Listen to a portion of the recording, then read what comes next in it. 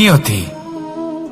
রাধা আমাকে বলে, কৃষ্ণ, যদি তুমি জানো যে নিয়তিতে কি আছে তাহলে তাকে বদলে দাও না কেন? মহাদেব আমাকে বলেন যে শ্রীকৃষ্ণ, যদি আপনি এটা জানেন যে সাম্বের নিয়তি এটাই, তাহলে আপনি তাকে বদলানোর চেষ্টা কেন করেন? কেন? কারণ আমি একজন পিতা, আর পিতার কর্তব্য এটাই, তিনি যেন সম্ভাব্য সব চেষ্টা করেন নিজের সন্তানের মঙ্গলের জন্য। নিয়তি আমি জানি, কিন্তু এটাও আমি জানি যে কর্মের থেকে বড় আর কোনো নিয়তি হতে পারে না। অভিজ্ঞতাও রয়েছে যে কর্মের হাতে নিয়তির এই চক্র বদলে যেতে পারে। তাই জীবনে যদি আপনার কখনো এমন মনে হয় যে এটা তো অসম্ভব, তখনও চেষ্টা করা কখনোই ছাড়বেন না। কে বলতে পারে আপনারই কর্মের কোনো এক বীজ হয়তো নিয়তির চাকায় আটকে গেল আর নিয়তিকে নিজের পথ পাল্টাতে হলো, ঠিক কিনা? সেই জন্য নিয়তিকে ভাগ্য মেনে নিয়ে চুপ করে বসে থাকবেন না। নিজের নিয়তি স্বয়ং নিজের কর্মের দ্বারা নির্ধারিত করুন, কারণ আপনার এই কর্মের ওপরেই আপনার অধিকার রয়েছে। আর এই অধিকারকে নিয়তি অনেক সময় সম্মানও করে। তাহলে আসুন আর আমার সাথে ভালোবেসে বলুন, রাধা রাধা। শক্তি এক অত্যন্ত বিচিত্র বস্তু, বা বলতে পারেন অনুভূতি। পিতা সবসময় চান যেন তিনি তার শক্তি পুত্রকে সঁপে দিতে পারেন, যাতে সে শক্তিশালী হয়, যাতে তার মঙ্গল হয়। তার পুত্র সবসময় চায় যাতে সে পিতার সেই শক্তি লাভ করে, কিন্তু সেই শক্তি লাভ করার জন্য পুত্র হওয়া যথেষ্ট নয়, যোগ্য পাত্র হতে হয়। আসুন আপনাকে সহজে বোঝাই। যদি আপনি সুপাত্র হন আর আপনাকে শক্তি দেওয়া হয়, তাহলে আপনি সেই শক্তির গুরুত্ব বুঝবেন, কোথায় সেই শক্তি প্রয়োগ করা উচিত সেটা বুঝবেন। আর এটা যেহেতু অর্জন করা শক্তি হবে, সেই শক্তির অপব্যবহার হবে না। কিন্তু যদি এই আপনি কুপাত্র হন আর যদি আপনাকে এই শক্তি দেওয়া হয়, তাহলে কি হবে? দেখতে গেলে এই শক্তি আপনি দান হিসেবে পেয়েছেন, তাই না আপনি এই শক্তির গুরুত্ব বুঝবেন আর না এর প্রয়োগ আপনি জানবেন। তার অপব্যবহার হওয়া সুনিশ্চিত। তাই যদি আপনি কোনো শক্তি অর্জন করতে চান, তাহলে আগে তার যোগ্য হয়ে উঠুন, পুত্র নয় পাত্র হয়ে উঠুন। আর আমার সাথে ভালোবেসে বলুন, রাধা রাধা। কথায় আছে, প্রত্যেক পুত্র তার পিতার প্রতিচ্ছবি হয়, আর সমস্ত প্রতিচ্ছবি চায় যেন সে তার অস্তিত্ব প্রাপ্ত করতে পারে। পুত্র চায় সে যেন তার পিতার মতো হয়, বা কখনো কখনো তার থেকেও শ্রেষ্ঠ হয়। সেটা কোনো অনুচিত ব্যাপার নয়। অনুচিত তখন হয় যখন পুত্র নিজের পিতার মতো হবার স্বপ্ন পূরণ করতে গিয়ে বা তার থেকেও শ্রেষ্ঠ হওয়ার স্বপ্ন পূরণে অনুচিত পথের আশ্রয় নেয়। কারণ তারপরে সে তার পিতার গুণগুলি আত্মসাৎ করতে চায় না। সে শুধুই এটা চায় যে সংসারের চোখে যেন আমি শ্রেষ্ঠ প্রমাণিত হই। এটা অনুচিত। সংসারে এমন অনেক মানুষ আছেন যারা এই কারণে শ্রেষ্ঠ হবার চেষ্টা করেন যাতে তার পরিবারের তার পিতার সম্মান বৃদ্ধি পায়। এমনও মানুষ থাকেন, আর এটাই হলো পার্থক্য উদ্দেশ্যের। মনে রাখবেন, যদি আপনার উদ্দেশ্য শুভ হয় তাহলে পথও শুভ হবে, যদি আপনার উদ্দেশ্য অশুভ হয় তাহলে পথও অশুভ হবে।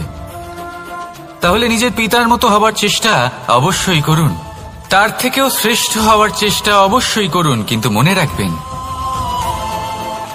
আপনার সংকল্প আর আপনার উদ্দেশ্য এই দুই শুভ হওয়া উচিত।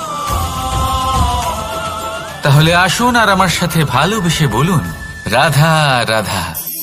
শক্তি শক্তি অর্জন করা এতটা কঠিন নয় যতটা শক্তি লাভ করার পরে সেই শক্তি সামলানো কঠিন হয়। কারণ যেই মানুষ শক্তি লাভ করে তার মনে গর্ববোধ জন্মায়, জন্মায় অহংকার, জন্মায় জেদ। তাই শক্তি প্রাপ্ত করার সাথে বিনম্র থাকাও অত্যন্ত আবশ্যক। আর এটা আমাদের শেখা উচিত বৃক্ষের থেকে। বৃক্ষ যা আমাদের ফল দেয়, বৃক্ষ যা যত ফল দেয় ততটাই ঝুঁকে যায়। আমরা পাথর মারি ওই বৃক্ষের থেকে ফল প্রাপ্ত করার জন্য। সেই পাথরের মার সহ্য করেও বৃক্ষ আমাদের ফল দেয়। কোনো গর্ববোধ নেই, কোনো অহংকার বোধ নেই, আর সেই জন্য এই বৃক্ষের পুজো করা হয়। এটাই হলো মাহাত্ম্য শক্তির সাথে বিনম্রতার। যদি এই শক্তি সৃজন করে থাকে, সাহায্য করে থাকে, সম্বল হয়ে থাকে, তবেই সেই শক্তি উপযুক্ত। আর নয়তো সেই শক্তি একদিন আপনাকে আসক্ত অবশ্যই করবে। তাহলে শক্তি অবশ্যই অর্জন করুন, কিন্তু তার সাথে সেই শক্তি সামলানোর মতো বিবেকও আপনাকে অবশ্যই জাগ্রত করতে হবে। তাহলে আসুন আমার সাথে ভালোবেসে বলুন, রাধা রাধা। অহংকার অত্যন্ত বলশালী হয়। এই অহংকার মানুষকে কখনো নত হতে দেয় না। অদ্ভুত ব্যাপার, এই অহংকার যা মানুষকে কখনো নত হতে দেয় না, সেটাই তার পতনের কারণও হয়ে দাঁড়ায়। যেখানে মানুষ এটা ভাবতে শুরু করে যে শুধুমাত্র সেই যোগ্য, সেখান থেকেই তার পতনের আরম্ভ। ঠিক কিনা? দেখুন, যদি কোনো মানুষ এটা ভাবে যে আমি এই সব কিছু করতে পারি, তাহলে তা হলো বিশ্বাস। কিন্তু যদি সে এটা ভাবতে থাকে যে শুধুমাত্র আমি এই কাজ করতে পারি, তাহলে তা হলো সেই ব্যক্তির অহংকার। আর এটা আপনাকে বিনাশের দিকে অবশ্যই নিয়ে যাবে। মনে রাখবেন, যখন আমি আর শুধুমাত্র এই দুই এক হয়ে যায়, সেখান থেকে আপনার পতনের সূত্রপাত হবেই। তাই আপনি কখনোই এই অহংকারের চক্রব্যূহে ফেঁসে যাবেন না। বিশ্বাস রাখুন নিজের ওপর এবং অন্যের ওপরও। আর মনে রাখবেন, বিশ্বাসের মধ্যে বিশ্বের প্রত্যেকটা বস্তু বসবাস করে। তাই এই অহংকারকে ত্যাগ করে ফেলুন আর আত্মবিশ্বাসের ওপর মনোসংযোগ করুন। আর আমার সাথে ভালোবেসে বলুন, রাধা রাধা। মানুষ নিজের জীবনে ঈশ্বরকে খুব মান্য করে। ওনার জন্য কি না করে, ভিন্ন ভিন্ন নামে তাকে স্মরণ করে, তাকে পুজো করে, তার আরাধনা করে। সে জানে যে ঈশ্বর তাকে শক্তি অবশ্যই দেবেন, তাকে সাহায্য অবশ্যই করবেন। কিন্তু যখন প্রশ্ন আসে গুরু এবং ঈশ্বরের, তখন গুরুর মান কখনো কম হওয়া উচিত নয়। কারণ সত্যি বলতে কি, গুরুই হলেন সেই সিঁড়ি যা বেয়ে আপনি ঈশ্বরের কাছে পৌঁছানোর পথ খুঁজে পাবেন। সেই পথ আপনি গুরুর থেকেই পাবেন। গুরু না থাকলে আপনি কখনো ঈশ্বর লাভ করতেই পারবেন না। আর জীবনে অনেক সময় লক্ষ্যের থেকেও অনেক বেশি গুরুত্বপূর্ণ হলো পথ। তাই এই পথের সম্মান করতে শিখুন, অর্থাৎ গুরুকে সম্মান করতে শিখুন। কারণ গুরুই হলেন পরমেশ্বর। তাহলে আসুন আর আমার সাথে ভালোবেসে বলুন, রাধা রাধা। আপনার জীবনে আপনার প্রকৃত বন্ধু আসলে কে? আপনার সব থেকে শ্রেষ্ঠ মিত্র আসলে কে?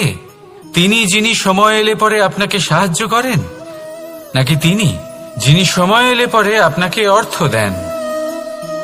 দেখুন, আমরা হলাম মানুষ, আমাদের জীবনে লেনদেন চলতেই থাকে। এটা আমাদের জীবনের অভিন্ন অংশ। কিন্তু অনেক সময় এমন হয় যে আমরা তাকেই নিজের প্রকৃত বন্ধু বলে মনে করি, যিনি আমাদের একটা বহুমূল্য উপহার দেন। ঠিক কিনা? এবার আপনার জীবনে সেই বহুমূল্য উপহার কোনটা, ওই অমূল্য মিত্র আসলে কে, সেই সিদ্ধান্ত হলো আপনার। কিন্তু যদি আপনি আমাকে জিজ্ঞেস করেন, তাহলে আমার মতে স্বর্ণ, হিরে, মুক্ত, ধন এগুলো বহুমূল্য নয়। বহুমূল্য হলো সঙ্গ, যখন আপনি একা হয়ে যাবেন, সময়, যখন আপনার তাকে প্রয়োজন হবে, সমর্পণ, যখন আপনার বিশ্বাসের প্রয়োজন পড়বে। যে মানুষ আপনার প্রতি এই 3 গুণ প্রদর্শন করেন, যিনি আপনার কঠিন সময়ে আপনাকে অবশ্যই সঙ্গ দেবেন, যখন আপনার প্রয়োজন পড়বে আপনাকে অবশ্যই সময় দেবেন, আপনার প্রতি সম্পূর্ণ সমর্পিত থাকবেন, সেই হলো আপনার আসল মিত্র, সেই হলো আপনার প্রকৃত বন্ধু। কারণ সত্যি বললে, বন্ধুত্বের অর্থই হলো নিজেকে সম্পূর্ণরূপে কারোর কাছে সমর্পণ করে দেওয়া।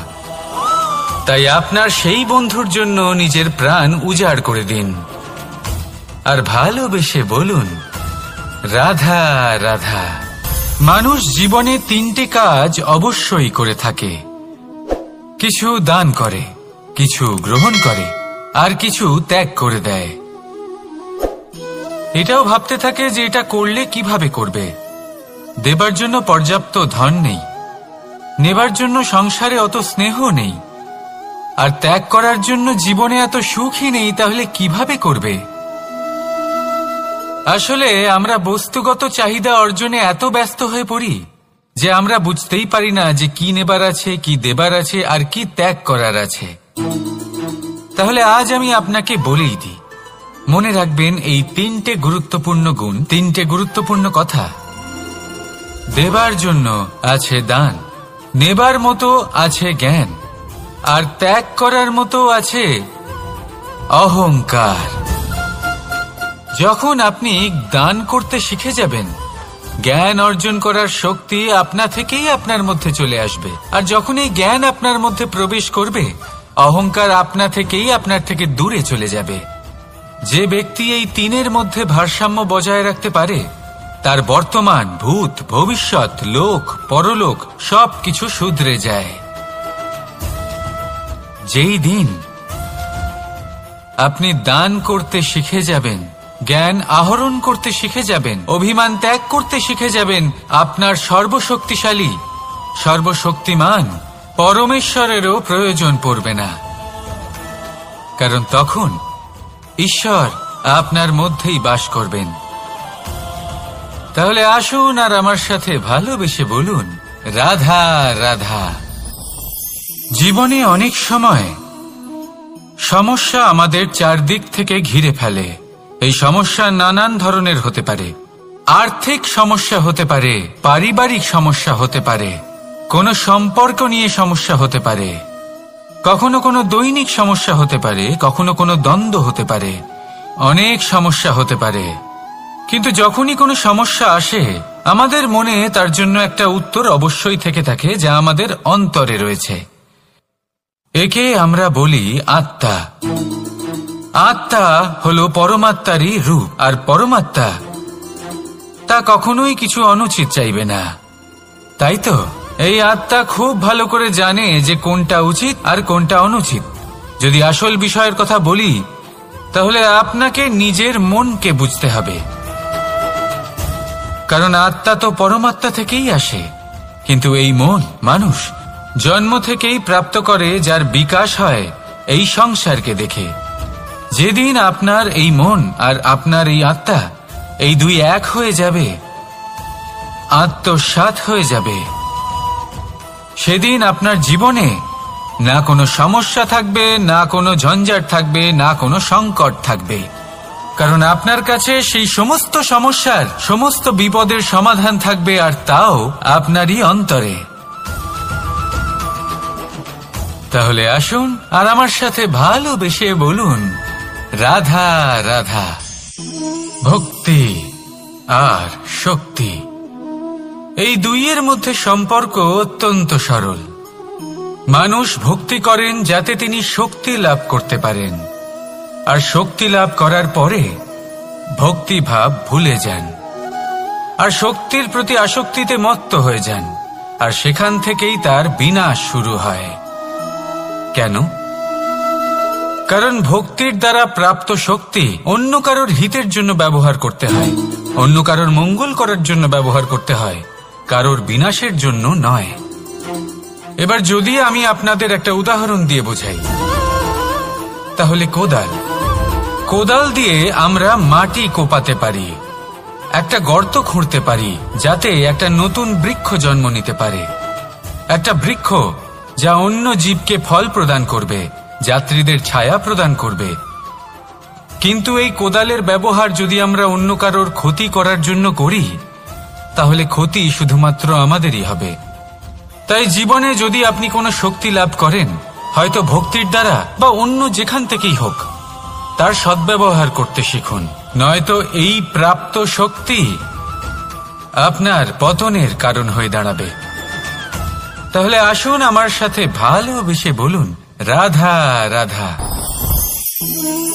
বরদান অত্যন্ত বিচিত্র এক বিষয়, কিন্তু দেখতে গেলে এই বরদান কি না করতে পারে।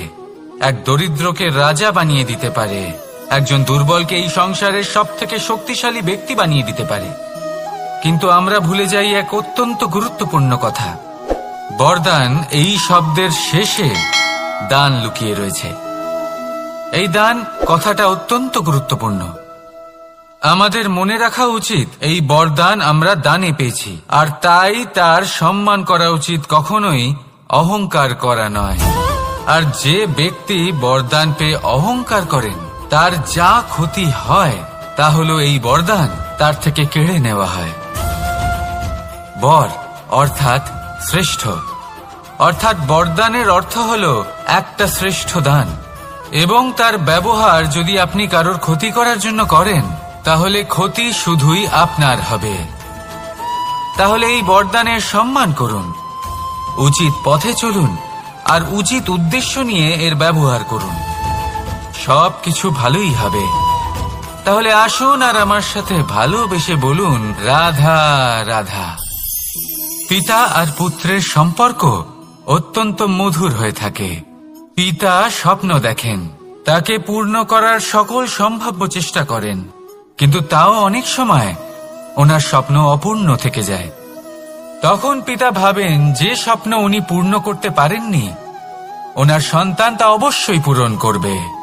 যে স্থানে উনি কখনো পৌঁছতে পারেননি সেই স্থানে ওনার পুত্র অবশ্যই পৌঁছবে। পিতা নিজের সন্তানের ভবিষ্যৎ নিয়ে সেই স্বপ্ন দেখেন, আর যখন সেই সন্তান সামনে এগোতে থাকে তখন তার দুঃখ হয় না, বরং গর্ব হয়। ওনার ভালো লাগে এটা দেখে যে ওনার সন্তান অনেক উন্নতি করছে। কিন্তু যখন সন্তান নিজের অভিভাবকের শক্তি দেখে, তার যশ দেখে হিংসা করতে থাকে, সমস্যা সেইখানেই শুরু হয়। সেই জন্য সকল সন্তানকে এটা মনে রাখতে হবে, দেখুন, পুত্র হবার সুবাদে, এক সন্তান হবার সুবাদে এটা হলো আপনার অধিকার যে আপনি আপনার পিতার থেকে বেশি উন্নতি করবেন। আপনার পিতাও এটাই চান, কিন্তু সুস্থভাবে এটা করুন। একটা রেখা টেনে নিন যাতে আপনি তাতে এগোতে পারেন আর আপনার পিতার তাতে গর্ববোধ হয়, আর সেই বিষয়ে দুঃখ না হয় যে আমার সন্তান আমাকেই ছোট করার চেষ্টা করছে। ইতিহাস সাক্ষী রয়েছে, যে মানুষ অন্য কাউকে ছোট করার চেষ্টা করেছেন সেই মানুষই ছোট হয়ে গেছেন। আর আমার মনে হয় না আপনি এটা চান, কারণ কোনো একদিন আপনিও কারোর পিতা হবেন। আসুন আমার সাথে ভালোবেসে বলুন রাধা রাধা। সাথী, সাথী এই শব্দটির ব্যাখ্যা কে কিভাবে করে? মিত্র, সখা, বন্ধু, কিন্তু অর্থ একটাই, তিনি যিনি আপনার সঙ্গী হন আর তিনি যার সাথী আপনি হন। এবার সব থেকে বড় প্রশ্ন হলো এটাই যে তিনি কে হতে পারেন যাকে আপনি আপনার সাথী বলে মেনে নিতে পারেন, নিজের সখা, নিজের মিত্র, নিজের বন্ধু মেনে নিতে পারেন। আপনার সাথী হলেন তিনি যিনি দুঃখের সময় আপনার পাশে থাকবেন, আপনার হাত ধরে থাকবেন। আপনার সাথী হলেন তিনি যার হাত আপনি নিজের সুখের দিনে ধরে থাকবেন। সেই সাথীরই হাত ধরুন যিনি দুঃখে সবসময় আপনাকে সাহায্য করার জন্য তৎপর হয়ে থাকেন, আপনার পাশে থাকেন, আর যাকে সুখের দিনে আপনি আপনার সাথে রাখতে পারেন। আর যখন আপনার সাথে আপনার এই সাথী থাকবে তখন আপনি এটা বুঝবেন যে যখন জীবনে দুঃখ আসে তখন এই দুঃখ কমে যায়, সবার মধ্যে ভাগ হয়ে যায়। আর যদি তখন সুখ আসে তাহলে সেটা সবার উপস্থিতিতে আরো বেড়ে যায়। এটাই হলো প্রেম, এটাই হলো ভালোবাসা, এটাই হলো সঙ্গ, যেমন সম্পর্ক আমার আর রাধার মাঝে। তাহলে আসুন আর আমার সাথে ভালোবেসে বলুন রাধা রাধা। আমাদের মনে যখন কোনো প্রশ্ন ওঠে, কোনো দ্বন্দ্ব জাগে, তখন আমরা যাই আমাদের গুরুর কাছে, আমাদের আরাধ্যের কাছে গিয়ে জিজ্ঞেস করি। এইভাবেই একদিন আমি পৌঁছলাম আমার আরাধ্যের কাছে, আমার মহাদেবের কাছে, আর ওনাকে প্রশ্ন করলাম যে মহাদেব, জীবনে আনন্দ পাওয়ার, উৎসব পালনের, প্রেম ভাগ করে নেবার, জীবনকে উপভোগ করে নেওয়ার সর্বশ্রেষ্ঠ সময় কোনটা? মহাদেব হাসলেন আর উনি বললেন, জীবনে উৎসব পালনের সবথেকে শ্রেষ্ঠ দিন হল মৃত্যুর ঠিক আগের দিনটা। প্রেম ভাগ করে নেওয়ার সবথেকে শ্রেষ্ঠ মুহূর্ত হল মৃত্যুর ঠিক আগের মুহূর্ত। জীবনকে উপভোগ করে নেওয়ার সর্বশ্রেষ্ঠ প্রহর হল মৃত্যুর এক প্রহর পূর্বে। তখন আমি চমকে গেলাম। আমি বললাম, কিন্তু মহাদেব, মৃত্যু তো অনিশ্চিত, আমরা জানিও না কবে আমাদের মৃত্যু হবে। মহাদেব আবার হাসলেন। উনি বললেন যে যদি আমরা এভাবে জীবন কাটাই যে আমরা জীবনের প্রত্যেক দিন, প্রত্যেক মুহূর্ত, প্রত্যেক প্রহর শেষ বলে মনে করি, তাহলে আমাদের সমস্ত জীবন আনন্দের সাথেই অতিবাহিত হবে। কি বলেন? তাহলে আপনিও এই কথা মনে রাখুন আর আমার সাথে ভালোবেসে বলুন, রাধা রাধা। জীবনে অগ্রসর হওয়ার জন্য আমাদের কাকে প্রয়োজন হয়? মাতা পিতা, বন্ধু, প্রেম, সাহায্য, অর্থ, পরিশ্রম, আশা। ভিন্ন ভিন্ন মানুষ ভিন্ন ভিন্ন বিকল্প চয়ন করে। যদি আমি আপনাকে বলি, তাহলে জয় আর পরাজয়ের মন্ত্র দুটো শব্দের উপর নির্ভর করে, মেনে নেওয়া আর দৃঢ় হওয়া। যদি মেনে নেন তাহলে হেরে যাবেন, যদি দৃঢ় হন তাহলে নিশ্চিত রূপে জয়ী হবেন। যদি কখনো আপনি ক্লান্ত হয়ে ওঠেন, আপনি দুঃখী হন, পুরোপুরি ভেঙে পড়েছেন, তখন মেনে নেবেন না যে আপনি ভেঙে পড়েছেন, নয়তো হেরে যাবেন। তখন উল্টে স্থির করবেন যে যাই হয়ে যাক না কেন, আমি জয়ী হবই। আর আপনি দেখবেন যে জয় নিশ্চিত রূপে আপনার কাছেই আসবে। তাহলে এই কথা মনে রাখবেন আর আমার সাথে ভালোবেসে বলবেন, রাধা রাধা। সময়, জীবন, কাল। দেখতে গেলে এই তিনটি শব্দ একটি শব্দেরই সমার্থক শব্দ মনে হয়, কিন্তু এই শব্দগুলির অর্থ কি সমান? কখনোই নয়। হ্যাঁ, এই সময় চলতে থাকে, জীবন চলতে থাকে, কালচক্র চলতে থাকে। এই সময় কেটে যায়, কিন্তু এই জীবন, একে যাপন করতে হয়। কি বলেন? এই জীবনে কিছু করুন বা কিছু না করুন, জীবন এমনি কেটে যাবে, আপনি জানতেও পারবেন না। কিন্তু সেটা আমাদের উদ্দেশ্য নয়, একে যাপন করতে হবে। এই জীবনে প্রেরণা পেতে শিখুন, প্রেরণা দিতে শিখুন, আহ্বান গ্রহণ করতে শিখুন, আহ্বান জানাতে শিখুন, মহান কাজ করতে শিখুন, ধন্যাত্মক বোধ জাগিয়ে তুলুন। জীবন অতিবাহিত করার অর্থ কি তা আপনি শিখে যাবেন। কারণ সময় কেটে যায়, সমস্ত যুগ কেটে যায়, কিন্তু জীবনের রীতি জীবন কাটিয়ে দেওয়া নয়, জীবন যাপন করা। এই জীবন সম্পূর্ণরূপে অনুভব করতে হবে, নতুন পথ বানাতে হবে। এবারে যদি এই জীবন বাঁচার সময় একবার ভেবে দেখুন, যদি মনে প্রেম থাকে, সদ্ভাবনা থাকে, তাহলে কি হবে? এই জীবনকে বাঁচার অনুভূতিটাই অন্যরকম হয়ে যাবে, একটা আনন্দময় অনুভূতি লাভ করবেন।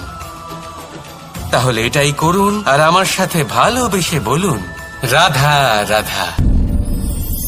আপনি কি কখনো কোনো জলের ধারা দেখেছেন? তার সামনে যতই মাটি থাকুক না কেন, যতই কাদা থাকুক না কেন, যখন এই জলের ধারা বইতে আরম্ভ করে দেয়, তখন এই কাদাকে নিজেই ধুয়ে নিয়ে যায়। ওই কাদাকে ধুয়ে দেয় এবং নিজের পথ নিজেই তৈরি করে নেয়। তাহলে আপনিও এরকম জলের মতো হয়ে উঠুন। যদি হয়ে উঠতে পারেন, তাহলে নিজের মনের, নিজের ভাবনার, নিজের জীবনের যত অনাবশ্যক তত্ত্ব আছে, অনুপযোগী অংশ রয়েছে, অর্থাৎ অপরিষ্কার অংশ রয়েছে, তা নিজে থেকেই নির্মল হয়ে উঠবে। আর যেরকম জলের ধারা কখনো থেমে থাকে না, সব সময় বয়ে চলে, সেইভাবে আপনিও কখনোই থামবেন না। সবসময় বয়ে চলুন, এগোতে থাকুন। পথে যদি অনেক বিপদ আসে, সমস্যা আসে, থামবেন না, তার উপর নিরন্তর প্রহার করুন, নিরন্তর প্রয়াস করুন আর অগ্রসর হন। আপনি ভেবে দেখুন, এই জলের ধারা কখনো থেমে থাকে না, সবসময় বয়ে চলে, বিপদের সম্মুখীন হয়ে তাকে সাথে বয়ে নিয়ে চলে।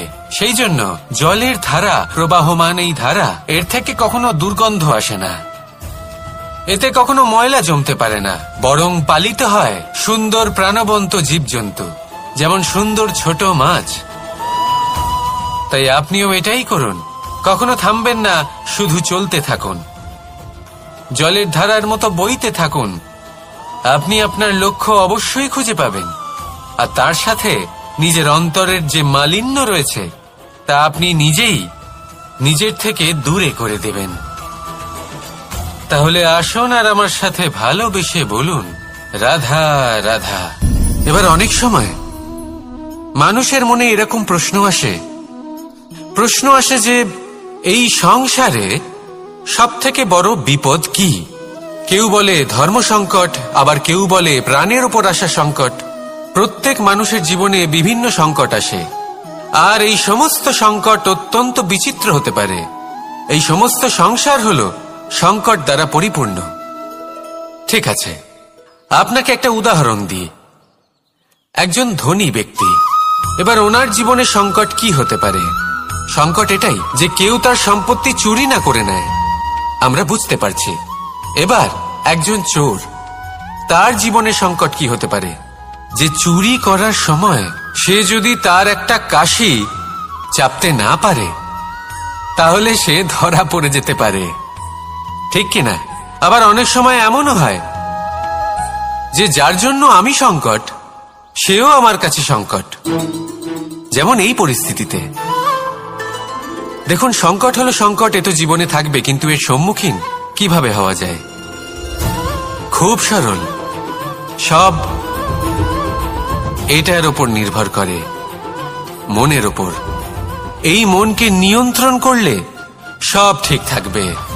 এবার যদি ধনী ব্যক্তি মনকে নিয়ন্ত্রণ করে ফেলেন, নিজের অর্থের ব্যবহার শুভ কাজের জন্য, সমাজের সেবার জন্য বিকাশ করতে করেন, ওই অর্থকে একত্রিত করে না রাখেন, তাহলে চুরির সমস্যা, এই সংকট সেখানেই কেটে যাবে। এবার যদি কথা বলি সেই চোরের, তাহলে চোর যদি নিজের মনকে সংযত করে নেয়, যদি নিজের কর্মকে নিয়ন্ত্রণ করতে পারে, তাহলে এমন কোনো স্বর নেই, এমন কোনো স্বর নেই যা ওকে ধরা পড়তে বাধ্য করবে। সেই জন্য জীবনে সংকট যতই আসুক, যত বড়ই সংকট আসুক না কেন, কবচ হলো একটাই, আর এই কবচের নাম হলো আত্মনিয়ন্ত্রণ। নিজের মনকে নিয়ন্ত্রণে রাখতে শিখুন। এটা নিজের জীবনে প্রয়োগ করে তো দেখুন। যদি আপনি করতে পারেন, তবে আপনি দেখবেন যে সংকট তো জীবনে আসা যাওয়া করে, কিন্তু সেই সংকটগুলির সম্মুখীন আপনি এইভাবে করতে পারবেন। তাহলে সেটাই করুন, আর আমার সাথে ভালোবেসে বলুন, রাধা রাধা। এই দড়িটা দেখুন, ছোট ছোট রেশম দ্বারা তৈরি, এটা সরু সুতো দ্বারা তৈরি হয়েছে এটা, আর এ অত্যন্ত কোমলও বটে। আর আপনি চাইলে এটা সোজাও করে দিতে পারেন, আর চাইলে এটা বেঁকিয়েও দিতে পারেন, আর যদি চান তাহলে এটা গোল গোল করে বেঁধে কোথাও রেখেও দিতে পারেন। এবার এই কোমল দড়ি যদি কোনো নিষ্ঠুর কঠিন পাথরে বারংবার জড়িয়ে দেওয়া হয়, তাহলেও তাকেও কাটতে পারে, নিজের ছাপ ছেড়ে যেতে পারে, সেটার আকারও বদলে ফেলতে পারে। এবার এর কারণ কি? এর কারণ হলো অভ্যাস আর নিরন্তর প্রচেষ্টা। যদি আপনিও চেষ্টা করেন আর নিরন্তর কর্ম করে যান, তাহলে আপনার প্রারব্ধ পাথরের মতো কঠিনই হোক না কেন, তাতে ভাঙন ধরিয়েও আপনি নিজের লক্ষ্যে অবশ্যই পৌঁছতে পারবেন। একটা গুরুত্বপূর্ণ কথা মনে রাখবেন, সুকর্মের অভ্যাস আর নিরন্তর প্রয়াস, এই হলো সাফল্যের মন্ত্র। তাহলে জীবনে এই মন্ত্র আনুন আর আমার সাথে ভালোবেসে বলুন, রাধা রাধা।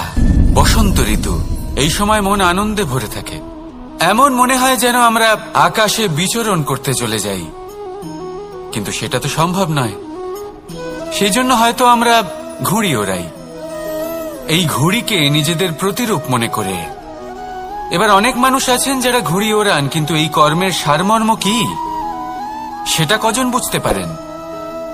আপনি এটা মনে করুন যে আপনি হলেন সেই ঘুড়ি, আর এই সুতো যিনি ধরে রয়েছেন তিনি হলেন পরমাত্মা। আর এই সুতো যেখান থেকে শুরু হয় সেই লাটাই হল আমাদের কর্মচক্র। এবার আপনি নিজেই অনুমান করুন যে এই উড়ান কার ওপর নির্ভরশীল, পরমাত্মার ওপর আর আপনার কর্মের ওপর। যদি পরমাত্মা আপনার হাত ধরে থাকেন, আপনার সাথে থাকেন, যদি আপনি শুভ কর্ম করতে থাকেন, আপনি এই আকাশে উড়তে থাকবেন। কিন্তু কোথাও যদি পরমাত্মার সাথে এই বন্ধন ছিন্ন হয়, আপনার কর্মচক্র খারাপ হয়ে যায় বা থেমে যায়, তাহলে আপনার এই ঘুড়ি কেটে যাবে আর দূরে কোনো গাছের ডালে গিয়ে আটকে যাবে।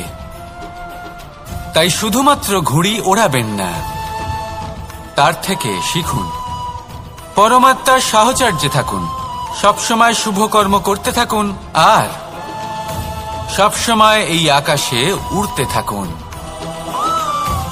আসুন আর আমার সাথে ভালোবেসে বলুন, রাধা রাধা।